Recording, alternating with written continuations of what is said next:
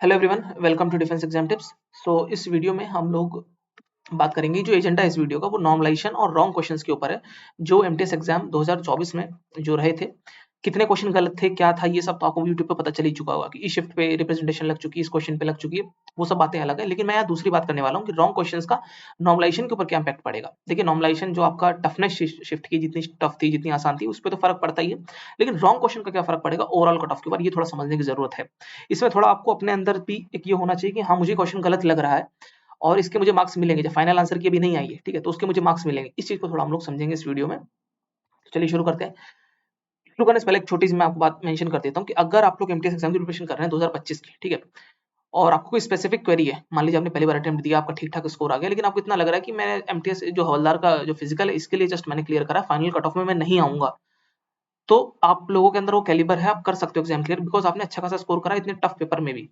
सो आप लोगों को अगर कोई डाउट हो जनरल स्टडीज या इंग्लिश सेक्शन के पर्टेनिंग इसके रिगार्डिंग कोई आपको डाउट हो, आप लोग कमेंट बॉक्स में बेझिझक मेंशन कर सकते हो। स्पेसिफिक क्वेरी मेंशन करना है, ऐसे मत करना कि पढ़ने मन नहीं लग रहा है, ये सब वो सब।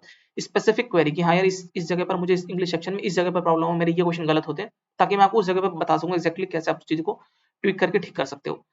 और सेशन वन में भी डाउट हो, इसको भी अंडरमाइन मत करना, कहीं हो सकता है कि अगली बार वो लोग कुछ भी कर दें, एसएससी रुला भी सकता है। तो रीजनिंग तो जनरली आसान रहती है, मैथ्स भी कई बार टफ हो जाती है, लेकिन अगर इसमें ज्यादा डाउट होता नहीं, क्लियर करने के लिए सेक्शन होता है। सो एनीवेज, एक चीज मैं आपको और बता दूं, ये राइट और परफेक्ट टाइम है, ये सही भी है और परफेक्ट टाइम भी है 2025 के लिए प्रिपेयर करने के लिए। ये चीज थोड़ा आप लोग इस बात को संज्ञान में लें कि ये परफेक्ट टाइम है, तकरीबन 6 महीने का समय, नोटिफिकेशन अगर सब कुछ कैलेंडर में मेंशन है, अगर आप सीरियसली पढ़ोगे एग्जाम आप क्लियर कर ले जाओगे। कोई इसमें ज्यादा कुछ सोचने वाली बात नहीं है। Don't think much, just start with what you have. ये इस लाइन का बहुत गहरा मीनिंग है, जो आपके पास है उससे बस प्रिपेयर करना शुरू कर दो। और मैंने आपको कई मरतबा वीडियो में बता भी रखा कैसी कैसी चीजें चलनी है, कैसे कैसे आपको करना है। रॉन्ग क्वेश्चन के ऊपर बात करते हैं। देखिए, ओवरऑल इंपैक्ट इसका क्या पड़ेगा, मैं आपको छोटा सा एग्जांपल देकर समझाता हूँ। मान लीजिए 50 क्वेश्चन है, ठीक है, और आपकी शिफ्ट में 2 क्वेश्चन गलत हो गए। ये नॉर्मल शिफ्ट है, एक आसान शिफ्ट है, आपकी टफ शिफ्ट है, इसमें 2 क्वेश्चन हो गए गलत, तो इसके 6-6 नंबर सबको मिल गए। और मान लो आपकी दोनों क्वेश्चन वैसे गलत हो रहे थे, तो आपको 8 नंबर मिल गए फ्री में, ठीक है, और कुछ 6 मिल गए। ये शिफ्ट थी आसान, ठीक है। अब इसमें जो बंदा स्कोर लेके आ रहा है कैंडिडेट, और जो इसमें स्कोर लेके आ रहा है, मान लीजिए ये स्कोर ज्यादा हो गया, क्योंकि जाहिर सी बात है ओवरऑल स्कोर बढ़ जाएगा, 6-6 नंबर सबको मिल गए, तो ओवरऑल स्कोर जो शिफ्ट का एवरेज है ना वो बढ़ जाएगा। और इनका शिफ्ट का एवरेज उतना, मान लीजिए आपसे, इनका शिफ्ट का एवरेज आपसे कम रहा, ठीक, क्योंकि सबको 6-6 नंबर मिल गए, इनको नहीं मिले, इनके सारे क्वेश्चन सही थे, तो इनका शिफ्ट का एवरेज आपसे कम हो गया। अब यहाँ पर क्या होगा, आप थोड़ा समझने की कोशिश करो। ये आसान शिफ्ट है, ये ईजी है, ये टफ शिफ्ट है। अब क्या होगा यहाँ पर, क्योंकि ये एसएससी ने मेंशन नहीं कर रखा इसका फ्रेमवर्क, वो लोग कैसे इस चीज को मतलब लेवल करेंगे। किसी बंदे का अगर मान लीजिए टफ शिफ्ट में 2-3 क्वेश्चन गलत हो गए, और सबको वो तो मार्क्स मिल जाएंगे ना, ऐसा तो नहीं कि जिसने अटेम्प्ट करा उसको मिले, सबको मिलते हैं मार्क्स। फिर वो शिफ्ट में फिर 47 या 48 नंबर में से जोड़ा जाता है कि ओवरऑल स्कोर कितना आ रहा है। फिर हो सकता है कि ये करे कि टॉप 1% का वो लोग निकालें, वो उसका कॉम्प्लेक्स सा फॉर्मूला नॉमिनेशन वाला, उसी में कुछ वो लोग टिक करें डेटा को। बट एनीवेज, इस चीज का थोड़ा इंपैक्ट पड़ेगा, जाहिर सी बात है, क्योंकि मैंने एक टफ शिफ्ट का एनालिसिस जो आपको कराया था, उसमें 2 क्वेश्चन गलत थे, ठीक है, और कैंडिडेट कह रहे थे कि सर इस पर रिप्रेजेंटेशन फाइल हुई है कि नहीं हुई, क्या होता है क्या नहीं होता है। ये फोर्थ पॉइंट में मैं आपको बता दूंगा क्या होता है। Are they consider during final cut off, बिल्कुल कंसीडर होते हैं। अगर आपके रॉन्ग क्वेश्चन है वो फाइनल कट ऑफ में क्लियर होंगे, मतलब कंसीडर किए जाएंगे, और उसका नॉर्मलाइजेशन पे भी इंपैक्ट पड़ेगा, बिल्कुल पड़ेगा। अब मान लीजिए आपकी टफ शिफ्ट थी, आपको नॉर्मलाइजेशन में मिल गए 20 नंबर, ठीक, और ये आसान ये क्वेश्चन जो गलत थे इसके भी 6 नंबर मिल गए, तो 26 नंबर आपको डायरेक्ट मिल गए यहाँ पर। अब थोड़ा सा ये देखना पड़ेगा कि ये 20 नंबर है, ये मिलेंगे नहीं मिलेंगे, क्योंकि ईजी शिफ्ट है ना, उससे तो आपका एवरेज ज्यादा चला गया। तो आपकी शिफ्ट भी है टफ, लेकिन बाय डिफॉल्ट वो ईजी हो गई। तो थोड़ा सा आप आई गेस समझ पा रहे हो मैं क्या कहने की कोशिश कर रहा हूँ। तो हो सकता है आपको 18 ही मिले, जब लेकिन 6 मिल जाएंगे, तो बात ओवरऑल मेरे ख्याल से बराबर ही बैठती है। इस तरीके को एसएससी ने इसका फ्रेमवर्क नहीं दे रखा है, इसका कोई क्लियर कट फ्रेमवर्क नहीं है। हर कोई स्पेकुलेट करता है कि ऐसे ऐसे हो जाएगा।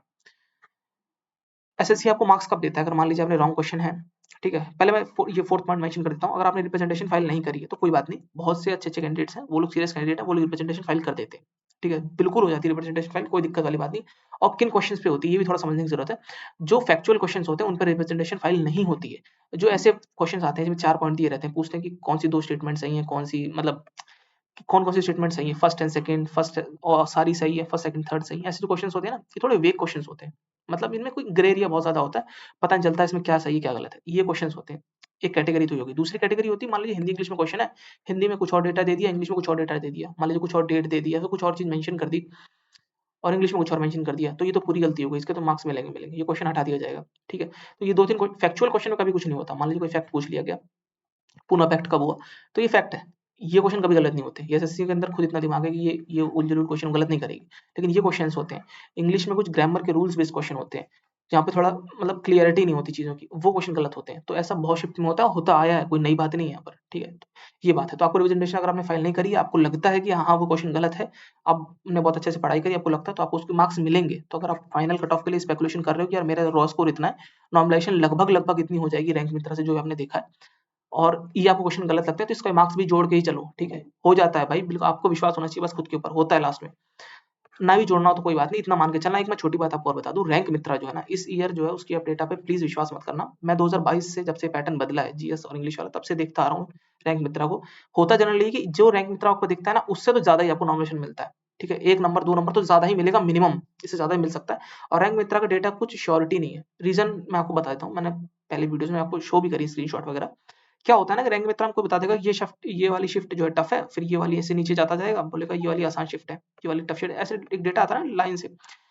होता क्या है, मैंने फाइनल कट ऑफ जब देखी, मैंने स्कोर कार्ड देखा कैंडिडेट्स का, तो ये ऊपर वाली कठिन शिफ्ट का जो बच्चा था, इसको मिले 18 नंबर, और जो आसान शिफ्ट का था इसको मिल गए 20 नंबर फाइनल में। तो कहने का मतलब है रैंक मित्र के पास भी इतना एग्जैक्ट डेटा नहीं होता, क्योंकि जो टॉप कैंडिडेट्स होते हैं जिनका रॉ स्कोर अच्छा आता है ना, वो लोग शायद इतना वो इतना बॉदर ही नहीं करते कि उन लोगों को रैंक मित्र पे डेटा डालना पड़े। अब मान लीजिए इसके 135 140 नंबर आ रहे हैं रॉ, वो क्यों ही बॉदर करेगा, और 1% जो टॉप कैंडिडेट होते हैं उससे ज्यादा डेटा इन्फ्लेट करता है नॉर्मलाइजेशन में। तो इस चीज को थोड़ा सा आपको देखना पड़ेगा, रैंक मित्र पे ज्यादा दारोमदार मत रखो। अगर आपको लग रहा है कि मेरी शिफ्ट टफ थी तो वो होगी टफ भाई, ठीक है, एक धुंधला आइडिया लेने के लिए आप लोग ले सकते हो कि कौन सी शिफ्ट टफ थी क्या था, लेकिन नॉर्मलाइजेशन अच्छी खासी मिली इस बार।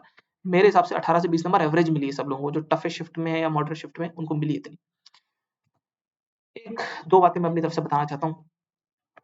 पहली बात कि don't think much about wrong questions, जो है तो है, आपको नंबर मिलेंगे, जरूर मिलेंगे, क्योंकि वेक क्वेश्चंस आते हैं तो नंबर मिलते हैं, don't worry for that. Second point, have faith in your intuition. अगर आपको लग रहा है कि आपकी शिफ्ट टफ थी, ठीक है, तो आपको रैंक मित्रा इन सब की कोई जरूरत नहीं, क्योंकि आपने इतनी पढ़ाई करी है, आपने लूसेंट से पढ़ा है, आपने तमाम चीजें इंग्लिश में पढ़ी है, प्रैक्टिस करी है, आपको लग रहा है कि शिफ्ट यार आपको टफ लग रही है ना इतना पढ़ने के बाद, तो वो शिफ्ट जेन्युइनली टफ निकलेगी भाई। लोगों का रॉ स्कोर नहीं जाता है, मैंने खुद देखा है, मैं अपने एक्सपीरियंस से बता रहा हूँ, मैंने बहुत सारे एग्जाम फेस करे हैं, और उनको उसमें क्या होता है, जब मुझे पता चल जाता है एग्जाम हॉल में कि ये चीज ऐसी ऐसी जा रही है, गलत जा रही है, टफ जा रही है, या फिर एग्जाम हॉल में भी इनफैक्ट मैं कट ऑफ प्रिडिक्ट कर देता हूँ बहुत एग्जाम्स की, ठीक है, अच्छे लेवल के एग्जाम्स की, मुझे पता चल जाता है कि मैं जब इतना पढ़ के आया हूँ तो मैं नहीं टैकल कर पा रहा हूँ।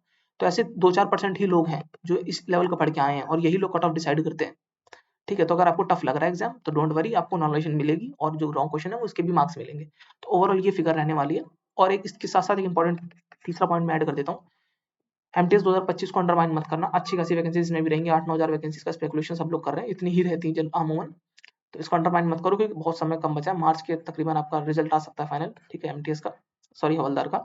और एमटीएस भी उसके साथ ही वो लोग मतलब उसके साथ ही दे देंगे, इन्हीं 27,000 लोगों में से 10,000 लोग वो जो है फाइनल सिलेक्ट होंगे, और 9,500 जो लोग हैं वो, बाकी लोग बाहर हो जाएंगे। तो ये बाहर हो जाएंगे, ऐसा नहीं कि इनके अंदर टैलेंट नहीं था, बिल्कुल है, बिल्कुल है। और आप अगर फ्रेशर हो तो आपके अंदर भी बिल्कुल है, आप कर सकते हो, बशर्ते आपको चीजें सही सही समझनी है। जो मैंने आपको यहाँ इस पॉइंट मेंशन करा ना, कोई आपका स्पेसिफिक डाउट हो, ये दर्शाता है कि आप किस लेवल का प्रिपरेशन कर रहे हो। स्पेसिफिक डाउट जो लोग पूछते हैं मुझे बहुत अच्छा लगता है कि ना ये लोग बहुत अच्छे से प्रिपरेशन कर रहे हैं, इनका बहुत एक बारीक सा बहुत स्पेसिफिक डाउट है। यही यही छोटी छोटी चीजें होती हैं जो आपको एमटीएस एग्जाम 2025 में सफलता दिलाएंगी, और यही जो टॉप स्कोर करते हैं वो वही लोग होते हैं। ऐसे नहीं कि एक महीना पढ़ लिया हो गया, नहीं होगा भाई, फिर रोते रहो, फिर आपको पता है चीजें सब, ठीक है, आप तो इतने एडल्ट हो ही। एनीवेज, वीडियो पसंद अगर आपको आई हो तो लाइक कर देना, और नए हो चैनल पे सब्सक्राइब कर लेना, and I wish you luck for your results, and जय हिंद।